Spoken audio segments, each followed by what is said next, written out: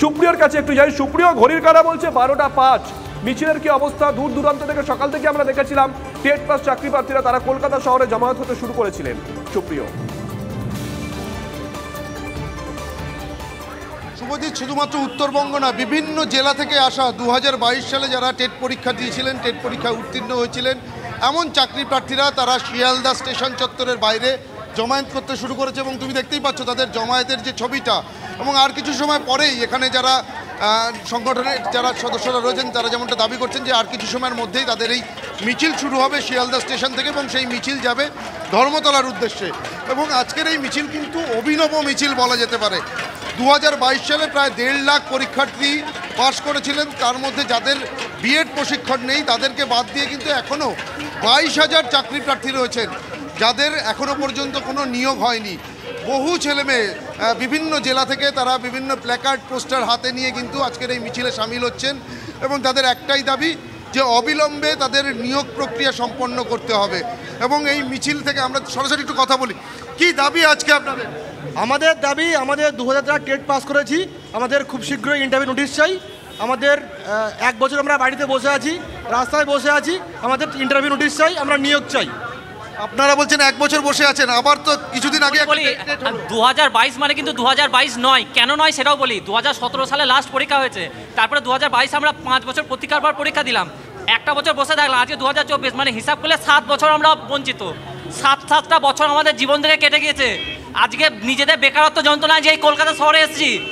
আজকে আমাদের বাড়িতেও মা রয়েছে, যেমন গৌতম বাবুর বাড়িতে মা রয়েছে, আমাদের বাড়িতেও মা রয়েছে। আমি তো 6 বছর বয়সে বাবাকে হারিয়েছি, আমার মা অসুস্থ। মিছিলের মধ্যে দিয়ে আজকে আপনারা কি দাবি জানাতে চাইছেন? আমাদের ইন্টারভিউটা দাবি জানাতে চাইছি। আমাদের 50,000 শূন্য পদ সহ ইন্টারভিউ নোটিফিকেশন চাই, এটা হচ্ছে আমাদের দাবি। আজকে বিহার সরকার যদি নিয়োগ দিতে পারে, বিহার সরকার 6 বছর বঞ্চিত, বিহার সরকার নিয়োগ চাই। 2024 সালের মধ্যে আমরা নিয়োগ চাই। বিহার সরকার যতবার গেছি ততবার পর্ষদ সভাপতি বলেছেন 50,000 মিনিমাম নিয়োগ ভ্যাকেন্সি রয়েছে। তাহলে আজকে আমরা 6 বছর বঞ্চনার পরও কেন আমরা পর্যাপ্ত ভ্যাকেন্সি সহ আমরা নিয়োগ পাবো না? আমাদের একটাই দাবি যে পর্যাপ্ত ভ্যাকেন্সি সহ 50,000 ভ্যাকেন্সি সহ আমাদের যত দ্রুত একদম অত্যন্ত সংগত দাবি। বরাবরই তারা এটা বলে আসছেন যে তাদের ভ্যাকেন্সি থাকা সত্ত্বেও কেন তারা নিয়োগটা পাবেন না। অন্তত 2002 যারা টেট পাস করেছেন তাদের ক্ষেত্রে কোনো আইনি জটিলতাও কিন্তু নেই, তারপরও তাদের নিয়োগটা হচ্ছে না। প্রশাসনের ভূমিকা নিয়ে ইতিমধ্যেই সরব হয়েছেন তারা, এবং আজকে কোথাও ডিটারমাইন যে তারা তাদের হকের চাকরিটা পেয়েই ছাড়বেন।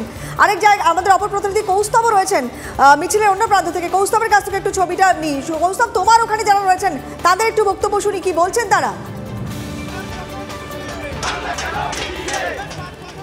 দেখো, নতুন বছরেও কিন্তু ছবিটা পাল্টায়নি। নতুন বছরেও রাজপথে টেট চাকরি প্রার্থীরা, এবং তারা এখান থেকে মিছিল শুরু করবেন শিয়ালদা থেকে। দেখো, দেখতে পাচ্ছি যে মুখে কালি মেখে স্যান্ডো গেঞ্জি পরে অভিনব প্রতিবাদ সেই টেট চাকরি প্রার্থীদের। শুধু তাই নয়, তারা থালা নিয়ে প্রতিবাদ করছেন, এবং থালায় দেখো লেখা আছে ক্ষুধার জ্বালা বড় জ্বালা, অর্থাৎ ভাত চাই, খিদে চাই। এই দাবিতেই কিন্তু তারা এই আন্দোলন শুরু করেছেন, এবং তারা একটু মিছিল শুরু হবে।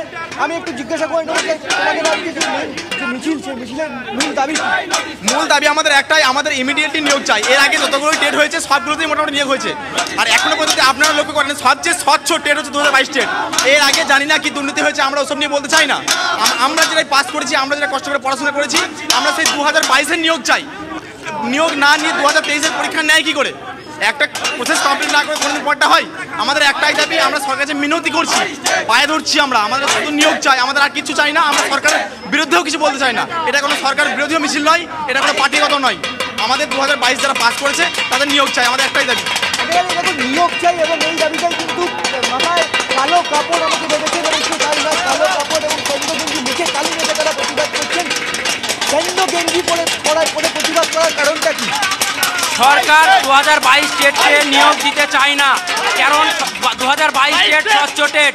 এই টেটে নিয়োগ দিলে সরকারের কোনো রকম অস্বচ্ছতায় কেউ টাকা পাবে না।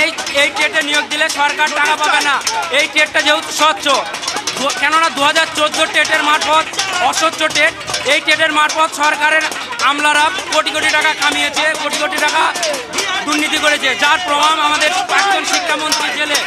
তাই আমাদের এই টেটের মাধ্যমে এই টেট নিয়োগের মাধ্যমে বুঝতেই পারছি কৌস্তব, অবিলম্বে তাদের চাকরিটা, হকের চাকরি, তাদের নিয়োগটা দিতে হবে। এবং এই 2022-এর যারা টেট পরীক্ষা দিয়েছেন তাদের আজকে প্রতিবাদটা দেখলেন, একটা অভিনব প্রতিবাদ। তাদের প্রত্যেকের বক্তব্য পর্যাপ্ত ভ্যাকেন্সি রয়েছে, তারপরও কেন তাদের নিয়োগটা হচ্ছে না, সেই নিয়োগের দাবি নিয়েই আজকে এই তারা মিছিল নিয়ে বিভিন্ন এই নতুনভাবে তারা মিছিলে পা মিলিয়েছেন। দাবি একটাই, তাদের হকের চাকরি যেন তাদের হয়। আমাদেরও নজর থাকবে পরিস্থিতি কোন দিকে যায়।